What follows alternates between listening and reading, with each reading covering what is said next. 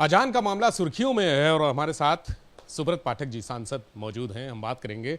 Sir, बहुत स्वागत आपका एबीपी गंगा में। जी धन्यवाद। अजान को लेकर बड़ी टीका टिप्पणियां हो रही हैं, बहुत सारे बयान चल रहे हैं, क्या कहेंगे? नहीं, अजान को लेकर तो कोई टिप्पणी नहीं हो रही है। टिप्पणी ये हो रही है कि जिस प्रकार से देश में धर्म के नाम पर कुछ लोग जो अवैध काम कर रहे हैं और जो कानून का जो दुरुपयोग कर रहे हैं या जिन्होंने कानून को ना मानने की जो कसम खाई है, तो वो उस प्रकार की परिस्थितियां हैं। मैं समझता हूं कि इस देश में कानून का पालन तो सबको करना ही पड़ेगा। देश धर्म से नहीं चलेगा, देश संविधान से चलेगा। मुख्यमंत्री जी ने कल कहा है कि लाउड स्पीकर जो हैं वो बजेंगे, लेकिन बहुत सीमित मात्रा में। मतलब उन्होंने कहा कि लाउड स्पीकर को लेकर जो भी विवाद चल रहा है कि अजान के दौरान तेज आवाज़ में बजते हैं, फिर उन्होंने मंदिर में भी शुरू कर दिए लाउड स्पीकर, हनुमान चालीसा का पाठ शुरू कर दिया। इस पर क्या कहेंगे कि क्या होना चाहिए? नहीं, देखो, बिल्कुल ठीक बात कही है। योगी जी ने एक चीज़ को बिल्कुल स्पष्ट किया है कि उत्तर प्रदेश में जब से वो मुख्यमंत्री बने हैं तो उन्होंने एक लाइन खींच दी है और उस लाइन का पालन सबको करना ही पड़ेगा। माने कानून का पालन सबको करना पड़ेगा, चाहे वो हिंदू हो चाहे मुसलमान हो। और रही बात लाउड स्पीकर की, तो जिस प्रकार से कोर्ट की जो परिभाषा है उस आधार पर ही लाउड स्पीकर बजेंगे। तो जब लाउड स्पीकर बजेंगे तो उनकी आवाज़ से कोई दूसरा उससे डिस्टर्ब ना हो, ये मूल भावना है। तो इसका तो पालन करना ही पड़ेगा। अब यदि मुसलमान इस प्रकार के पालन नहीं करेंगे तो हिंदू क्यों पालन करेगा? अब यदि वो अजान तेज आवाज़ में बजाएंगे तो वो हनुमान चालीसा तेज आवाज़ में बजाएंगे, तो इसका परिणाम तो आम जनता को भोगना होगा। तो इसलिए ये तो सबको मानना पड़ेगा। जो कानून है, कानून का सम्मान सबको करना पड़ेगा। पाठक जी, धर्म की बात है तो बहुत टकराव की स्थिति आ जाती है, क्योंकि लाउड स्पीकर बहुत तेज बजते हैं, दिक्कत होती है। सुप्रीम कोर्ट की एक गाइडलाइन भी है कि 1 डेसिबल तक परमिसिबल होना चाहिए, लेकिन हो नहीं रहा है। हाँ, बिल्कुल ठीक बात है। और इसीलिए तो ये विवाद उत्पन्न हुआ है। विवाद क्यों उत्पन्न हुआ है कि अगर अगर जो कानून का पालन यदि कर रहे होते तो शायद ये विवाद ही खड़ा नहीं होता। तो लेकिन अब विवाद खड़ा हुआ है और इसको मुझे लगता है कि सरकारों ने संज्ञान में लिया है और उत्तर प्रदेश में भी संज्ञान में लिया है। तो इसको अब पालन करना ही पड़ेगा। आपको क्या लगता है, हिंदू मुसलमान जो चल रहा है, क्या कोई हवा दे रहा है ऐसे विवादों को? इसके पीछे कोई साजिश हो सकती है? देखो, निश्चित रूप से अब आप मान के चलो कि जिस प्रकार से अब विपक्ष के पास कुछ बचा नहीं है। अब उत्तर प्रदेश के चुनाव ने इस बात को सिद्ध कर दिया। 4 राज्यों में भारतीय जनता पार्टी को जिस प्रकार से एक भारी विजय मिली है, और खासकर हम जहाँ दोबारा सरकार में आए हैं, तो इससे एक चीज़ स्पष्ट हो गई है कि अब विपक्ष एकदम से उसकी पैरों के नीचे से ज़मीन खसक गई है। तो जिस प्रकार से एक मुसलमानों में एक भय का वातावरण भारतीय जनता पार्टी के विरोध में लगातार जो बनाया गया है, तो वो किसी प्रकार से जीवित रहे। मुझे लगता है ये भी एक इसके पीछे साजिश होगी। आप कह रहे हैं मुद्दा जीवित रहे, तो अलीगढ़ की सपा नेता हैं, उन्होंने भी बयान दिया है कि अगर वो हनुमान चालीसा का पाठ करेंगे तो हम भी मंदिर के बाहर जाके कुरान पढ़ेंगे। नहीं, देखो, इस तरीके के बयानों का कोई स्थान नहीं है कि वो अगर जाके मंदिरों के बाहर पढ़ेंगे तो दूसरा समाज क्या आंख बंद कर बैठा थोड़े ना रहेगा? फिर तो मस्जिदों में जगह कम। यही बात उन्होंने भी कही कि हम चूड़ियाँ पहने नहीं बैठे। तो वही तो हम कह रहे हैं कि वो चूड़ियाँ पहने नहीं बैठे हैं तो दूसरे का कड़ा पहने बैठा है। तो कुल मिलाकर अगर वो मंदिरों के बाहर आएंगे तो मस्जिदों में जगह ही नहीं बचेगी।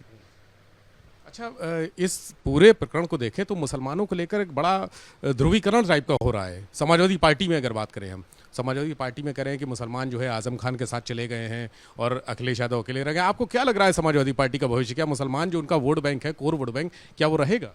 देखो, ये वंशवादी राजनीति का देश से अंत बिल्कुल तय हो चुका है और ये सब अपने अपने धीरे धीरे अपने पतन की ओर जा रहे हैं। समाजवादी पार्टी, जैसे पहले ही तय था कि 2022 के बाद समाजवादी पार्टी समाप्त हो जाएगी, मुझे समाजवादी पार्टी का भविष्य नहीं दिखता।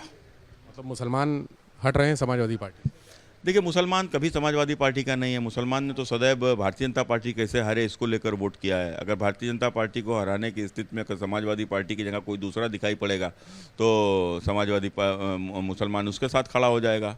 हम लोगों ने तो देखा है, जो 2000 में जब जिस समय कन्नौज में उपचुनाव हुआ था लोकसभा का, तो उस समय पर अकबर अहमद डंपी बीएसपी से चुनाव लड़ने आए थे और अकबर अहमद डंपी को उस समय पर वहाँ के मुसलमानों ने वोट दिया था, ना कि अखिलेश यादव को वोट दिया था। तो इससे साफ समझ में आता है।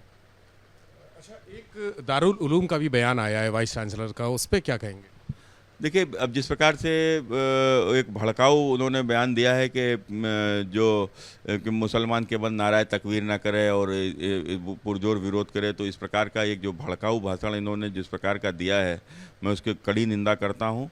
और इस प्रकार के बयानों से कुछ हासिल होने वाला नहीं है, क्योंकि जो दूसरा समाज के जिसके लिए हम बात कर रहे हैं वो समाज हमेशा से सहिष्णु समाज रहा है और देश में सबको लेकर चला है। अगर लेकर ना चला होता तो अब बताओ, इस देश में आज़ादी के बाद से जिस प्रकार से आपने देखा कि चाहे ताजिया का जुलूस हो, चाहे बारह वफात का जुलूस हो, चाहे मुस्लिमों के उर्स हों या तमाम धार्मिक आयोजन हो, आज तक किसी पर किसी प्रकार का कोई भी व्यवधान उत्पन्न किया गया। लेकिन जब भी हिंदुओं का कोई भी किसी प्रकार का कोई भी कार्यक्रम होता है, धार्मिक आयोजन होते हैं, खासकर वहाँ के ऊपर जहाँ के ऊपर मुस्लिम समाज की संख्या बहुत अधिक है, वहाँ के ऊपर लगातार व्यवधान उत्पन्न कराए जाते हैं। अभी आपने लेटेस्ट में आपने रामनवमी पर भी देखा और उसके बाद हनुमान जयंती के ऊपर भी देखा। तो इस प्रकार के अगर बयान करेंगे तो मैं समझता हूँ कि यदि दूसरा समाज भी यदि कहीं भड़क गया तो समस्या खड़ी होगी। सर, आपने कहा बयानबाजी, तो लगातार ऐसे ही आयोजन पे हो रही है, जो धार्मिक आयोजन है, चाहे वो कुरान पढ़ रहे हों या हनुमान चालीसा पढ़ रहे हों, तो आपको लगता है धार्मिक असहिष्णुता बढ़ रही है? नहीं, धार्मिक असहिष्णुता हमेशा से बढ़ी हुई है। धार्मिक असहिष्णुता की अगर हम बात करते हैं तो आपने देखा होगा कि जिस प्रकार से इस देश में लगातार एक संप्रदाय के द्वारा जिस प्रकार से दूसरे धर्म के ऊपर लगातार व्यवधान उत्पन्न किए जाते हैं, कोई आज से स्थितियां नहीं हो रही हैं, ये तो लगातार हो रही हैं। क्यों हो रही हैं, इसके पीछे भी जाना चाहिए। आखिर ये जहर आता कहाँ से? बस जब उनके मदरसों में छोटे छोटे बच्चों को आप सिखाओगे कि जो मुसलमान नहीं है वो काफिर है और जो काफिर है, काफिर को मारना जो जिहाद है, तो इस प्रकार का जब आप सिखाओगे, इस प्रकार का जहर जब उनके मन में भरोगे तो इस प्रकार की स्थितियां तो उत्पन्न होंगी। पाठक जी, उत्तराखंड के मुख्यमंत्री ने कहा है कि चार धाम यात्रा के पहले सभी गैर हिंदुओं का वेरिफिकेशन होना चाहिए। बिल्कुल होना चाहिए भाई, वहाँ के ऊपर क्या काम है? जिसकी जो आस्था है, उन चार धाम से आस्था किसकी है? चार धाम से कोई मुसलमानों की तो आस्था है नहीं। वो तो मूर्ति की पूजा का ही विरोध करते हैं, वो तो किसी प्रकार का धार्मिक, वो तो इस्लाम के अलावा कुछ स्वीकार ही नहीं करते हैं। तो फिर वहाँ के ऊपर जाने का अर्थ क्या है? तो निश्चित रूप से देखिए, जिसकी आस्था नहीं है उसको वहाँ जाने का कोई सवाल ही पैदा नहीं होता और ना ही उसको वहाँ जाना चाहिए। तो क्या उत्तराखंड की तरह यहाँ भी ऐसा होना चाहिए? नहीं, अब ये तो वहाँ के मुख्यमंत्री, तो यहाँ के मुख्यमंत्री को करना है। अब यहाँ के मुख्यमंत्री जी का क्या, वो तो आप उनसे पूछिए। यहाँ के मुख्यमंत्री तो वहाँ से ज़्यादा सख्त हैं। निश्चित रूप से यहाँ के मुख्यमंत्री जी ने जिस प्रकार से उत्तर प्रदेश में भी आपने देखा होगा कि जगह जगह घटनाएं हुई हैं, लेकिन किसी की हिम्मत हुई कि उत्तर प्रदेश में चूं तक कर जाए? तो ये लागू करना चाहिए जो वेरिफिकेशन की व्यवस्था है। बिल्कुल, मैं सहमत हूँ इस बात से कि हर मंदिर में, और कम से कम खासकर हमने देखने में आया है कि तमाम सारे मंदिरों में तो लव जिहाद को घटना देने वाले लोग भी पहुँच जाते हैं। तो वो मानने वाले हैं इस्लाम को, लेकिन नाम बदल कर किस प्रकार से पहुंचते हैं धोखा देने के लिए।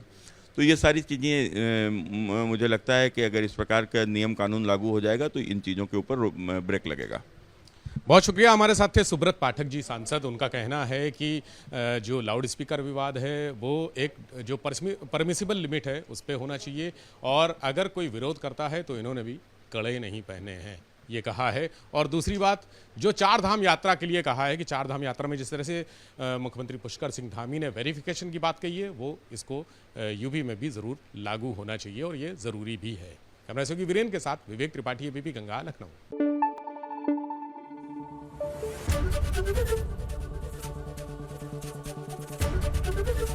एबीपी गंगा, खबर आपकी, जुबान आपकी।